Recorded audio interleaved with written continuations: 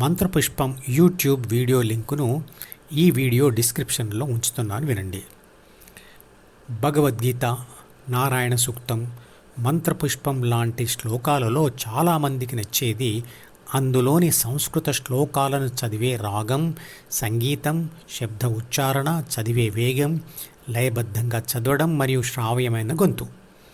ఇవన్నీ ఆ శ్లోకాలలో అంతర్లీనంగా ఉన్న భావానికి లేదా అర్థానికి అలంకారాలు మాత్రమే.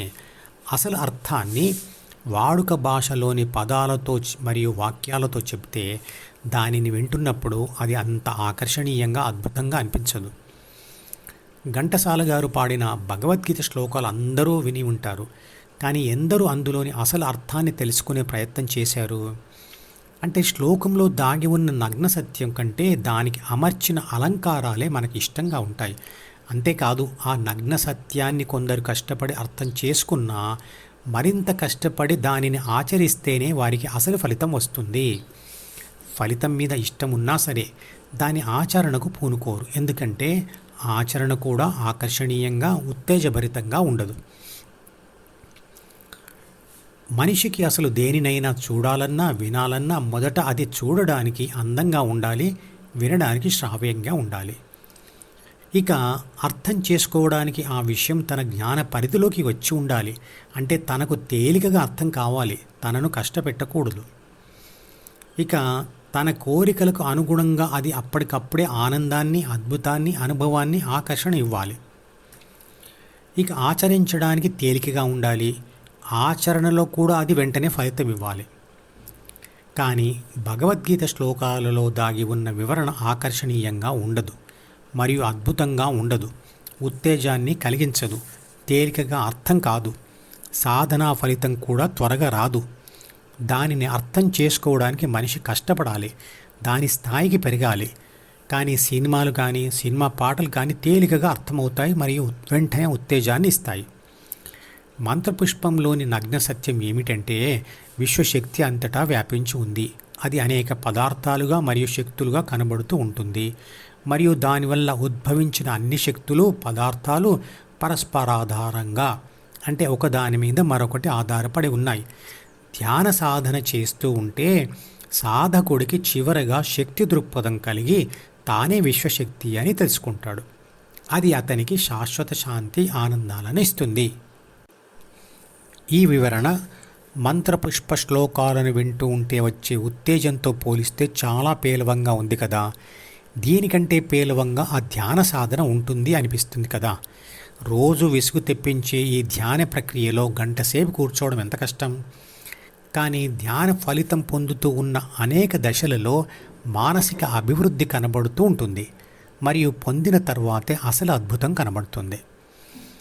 ఇది ఎలా ఉంటుందంటే, ఒక ఉదాహరణ చెప్తాను. తాను గొప్ప డాక్టర్ కావాలని అనుకున్న విద్యార్థికి అందుకు ఏం చేయాలో తెలిసిన తర్వాత ఇలా అనుకుంటాడు. ముందు 1వ తరగతి నుంచి 10వ వరకు చదవాలి, ఆ తర్వాత 2 సంవత్సరాలు ఇంటర్మీడియట్ చేయాలి, ఆ తర్వాత 5 లేదా 6 సంవత్సరాలు మెడిసిన్ చదవాలి, ఆ తర్వాత 2 సంవత్సరాలు ఎంఎస్ లేదా ఎండి చేయాలి. అప్పుడు మాత్రమే డాక్టర్ని అవుతాను. ఇంకా కొన్ని సంవత్సరాలు కష్టపడితేనే గొప్ప డాక్టర్ని అవుతాను. ఇదంతా చాలా విసుగు తెప్పించే నగ్న సత్యం కాబట్టి ఇలా అనుకుంటాడు. ఇదంతా వద్దు, దీనికంటే 2 లేదా 3 గంటల శంకర్ దాదా ఎంబీబీఎస్ సినిమా చూస్తూ నేనే ఈ సినిమా హీరోను లేదా డాక్టర్ను అనుకుంటూ దానిని చూస్తూ ఉంటే చాలా అద్భుతంగా ఉంటుంది. కానీ చదువు ఫలితం పొందిన వ్యక్తికి మాత్రమే జీవితంలో ఆ చదువు ఎంత మార్పు తెస్తుందో తెలుస్తుంది. ఎంతో అద్భుతమైన, ఉత్తేజకరమైన విషయాన్ని అయినా మనిషి ఎంతసేపు సంతోషంగా అనుభవించగలడో చూద్దాం. ఎవరైనా శంకర్ దాదా ఎంబీబీఎస్ సినిమా ఎన్నిసార్లు సంతోషంగా చూస్తారు? ఎంతో కాలం నుంచి చూడాలనుకుంటున్న ప్రపంచంలోని 7వ వింత అయిన తాజ్మహల్ ముందు నిలబడి ఉన్నా అలా నిలబడి దానిని ఎంతసేపు చూడగలం? ఇష్టమైన పాటను ఎన్నిసార్లు ఇష్టంగా వినగలం? ఎంతో రుచికరమైన, ఇష్టమైన పదార్థాలను ఎన్ని తినగలం?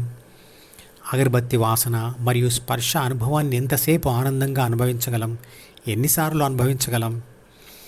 అంటే ఏ సంతోషకరమైన ప్రాపంచిక అనుభవం అయినా తాత్కాలికం.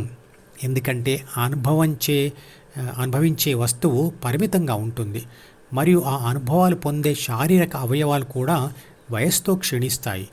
ధ్యాన అనుభవం ఒక్కటి మాత్రమే తరిగిపోనిది, క్షీణించనిది, శాశ్వత శాంతిని, ఆనందాలను ఇస్తుంది. ఆ పద్ధతిని భగవద్గీత వివరిస్తుంది.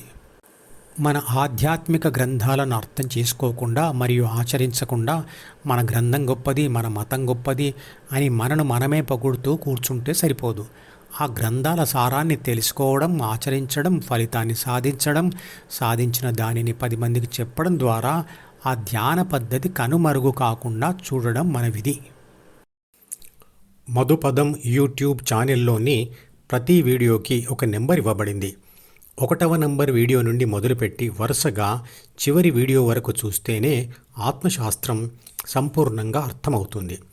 ఈ వీడియో డిస్క్రిప్షన్లో ఉంచిన మధుపదం ప్లేలిస్ట్ లింక్ ద్వారా అన్ని వీడియోలు వరుసగా చూడవచ్చు.